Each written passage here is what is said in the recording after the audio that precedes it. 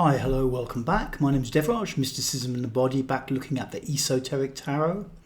Esoteric Tarot, drawn for Dr. Paul Foster Case, the builders of the Adytum, something approaching a century ago, and we're slowly working our way around the faces of the cube, or more accurately, the keys which are assigned to the faces of the cube of space.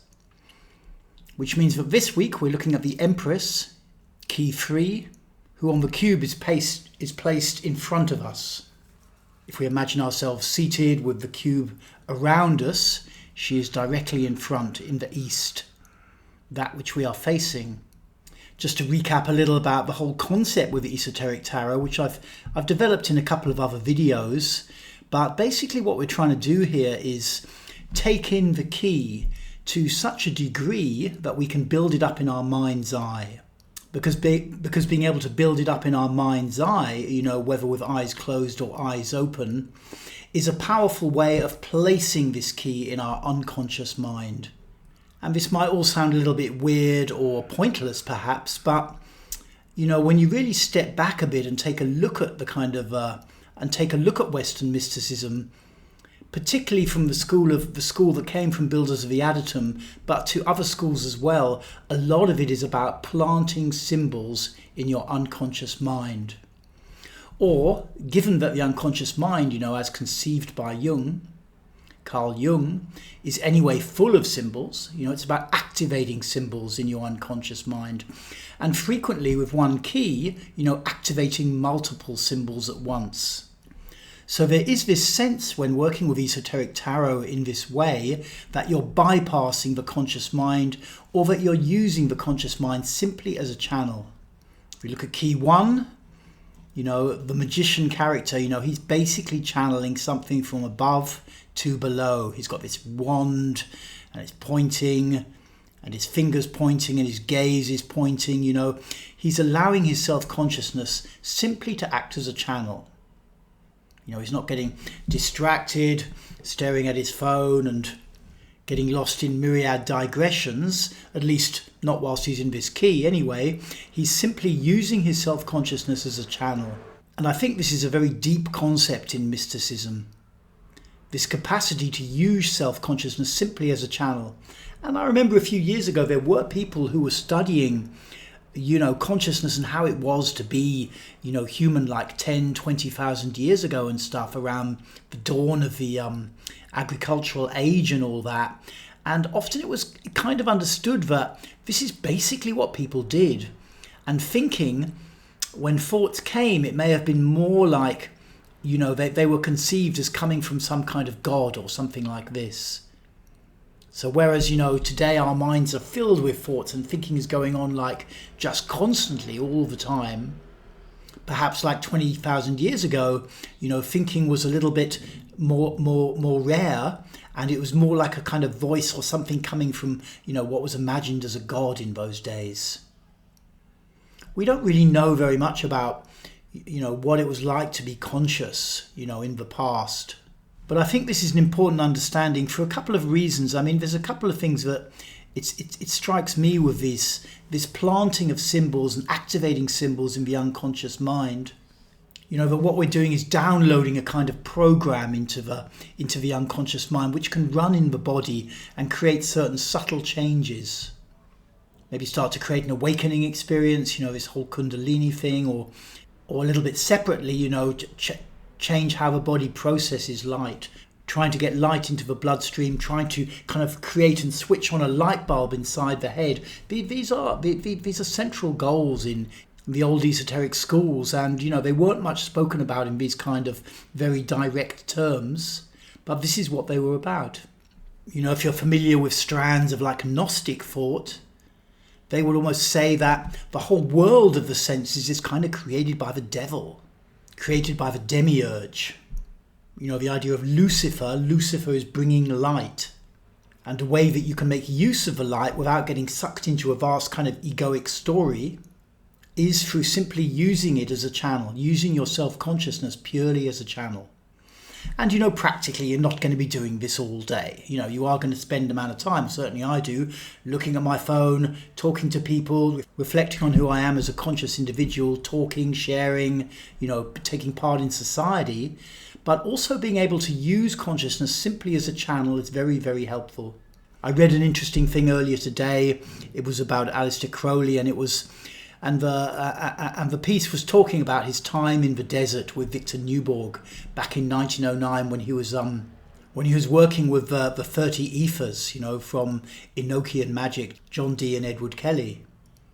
And I think he got to like the 10th ether, and he was dealing with this hideous demon Choronzon that everyone in the kind of that scene, endlessly agonizes about. And Newborg kind of reflected later, apparently, that like the one thing that would really annoy this demon, and that it wouldn't really be able to get you, is when you were focusing energy, when you were simply concentrating on something.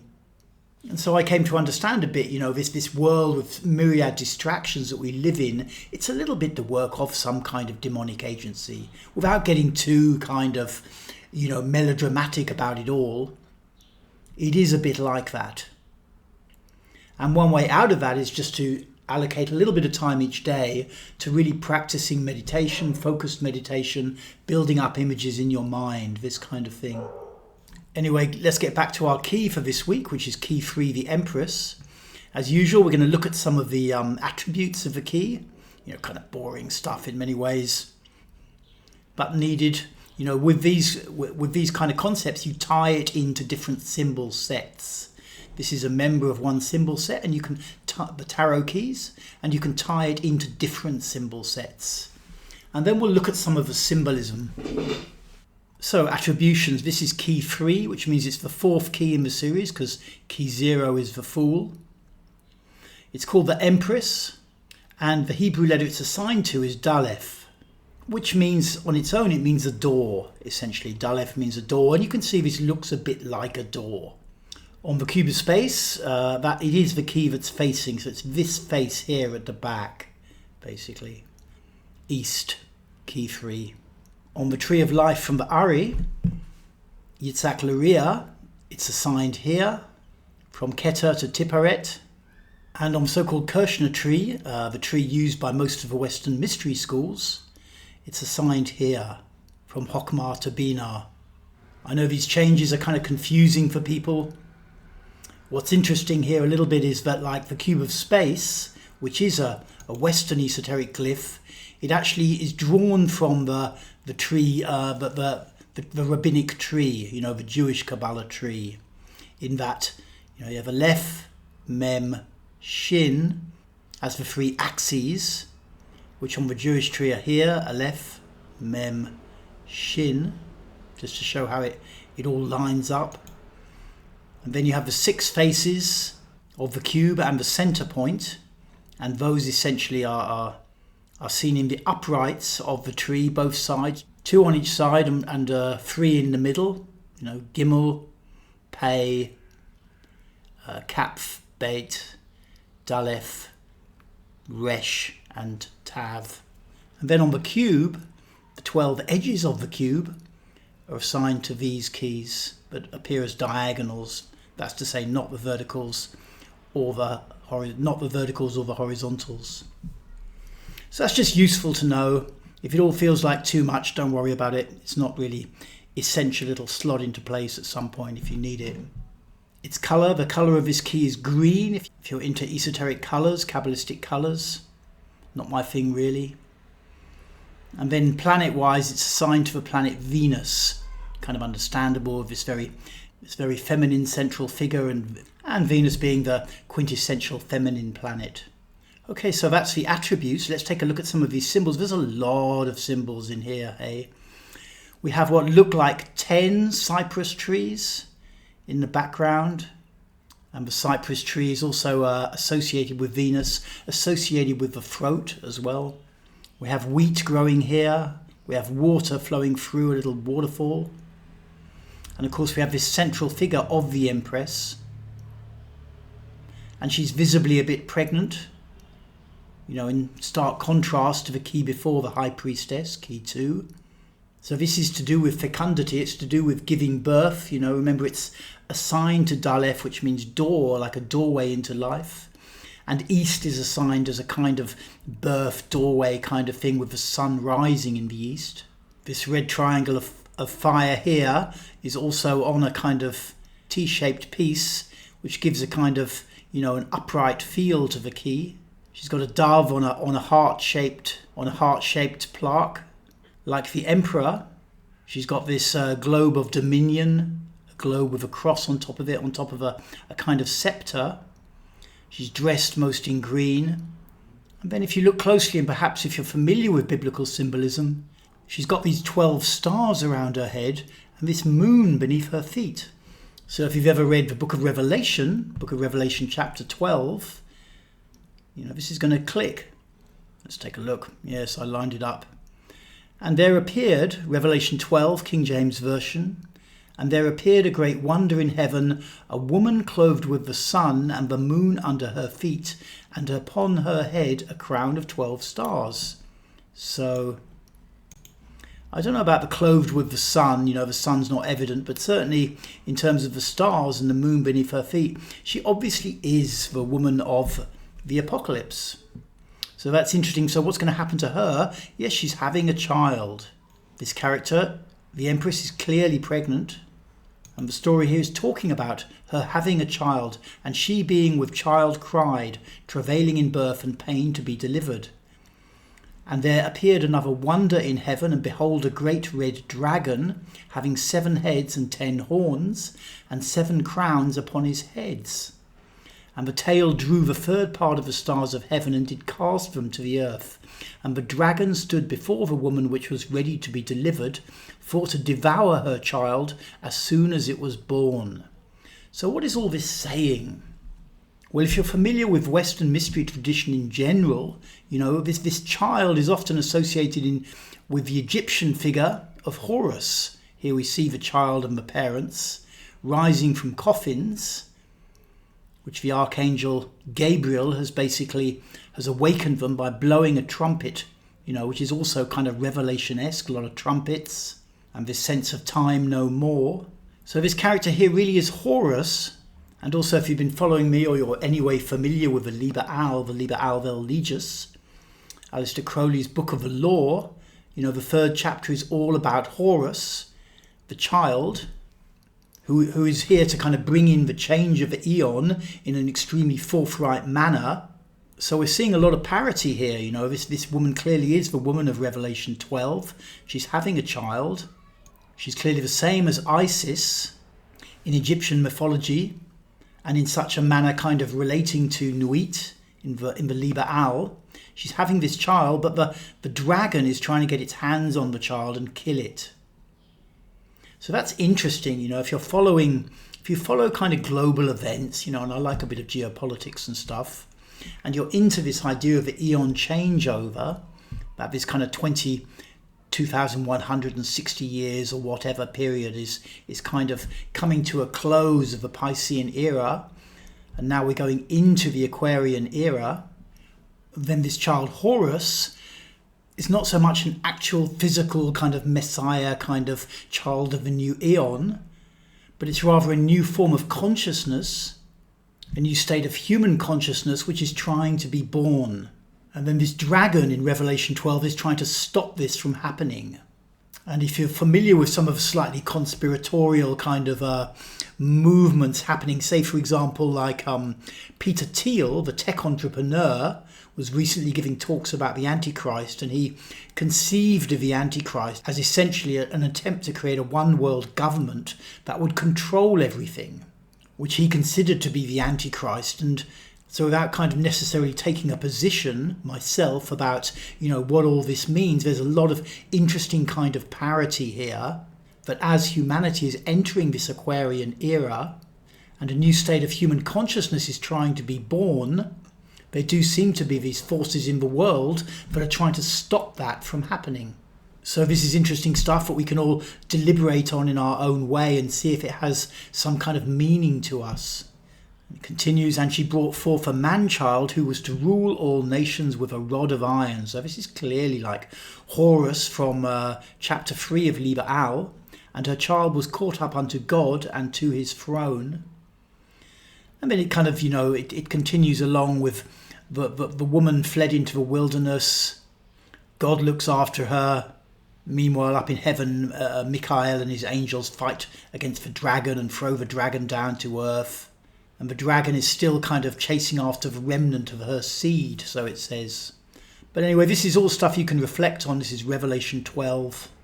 But essentially getting back to the key, it's really what it's saying is about, giving birth to the right things, essentially. That if you get your mind more clear, and if you get a clear image of what you want, you can give birth to it in your life. It's a little bit of like this kind of ideas of manifestation. And whilst I've been pretty critical of the concept of manifestation, at the time Dr. Case was working with this back in the 1940s, that the idea of new thought was very popular. You can look that up, capital N, capital T. And it was basically a precursor to the concept of manifestation. But if you can make the right images, you can kind of summon them into creation. And I think there's validity in that, but you need to get your energy up and your capacity to work to actually create images in your mind's eye up as well. And that takes training.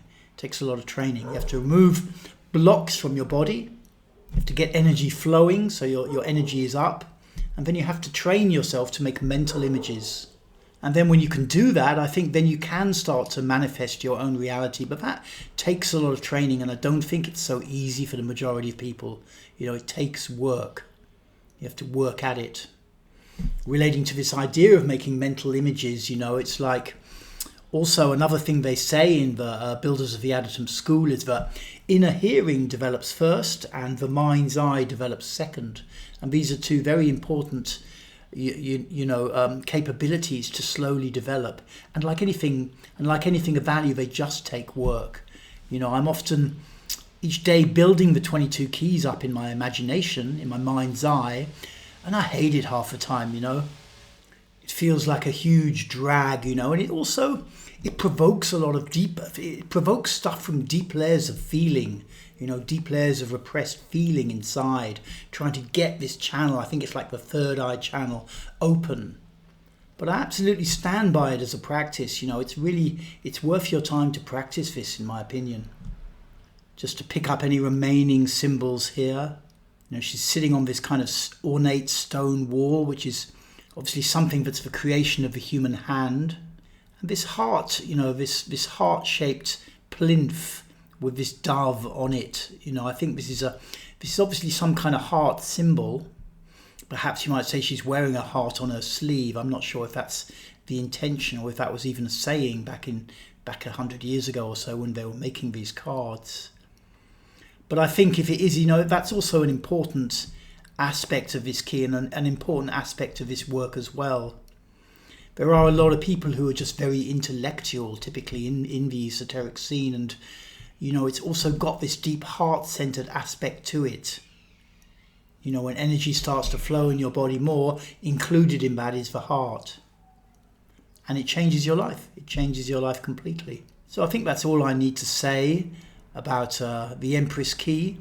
Remember, for some more information about the attributes and the symbols and all about it, you can always look at this book, Tarot: Key to the Wisdom of the Ages, Paul Foster Case.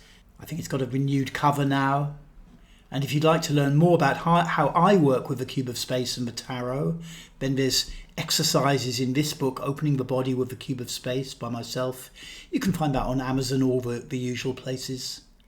And otherwise, thank you for tuning in, and I'll see you again soon with some more esoteric tarot and some more mysticism in the body. Bye for now.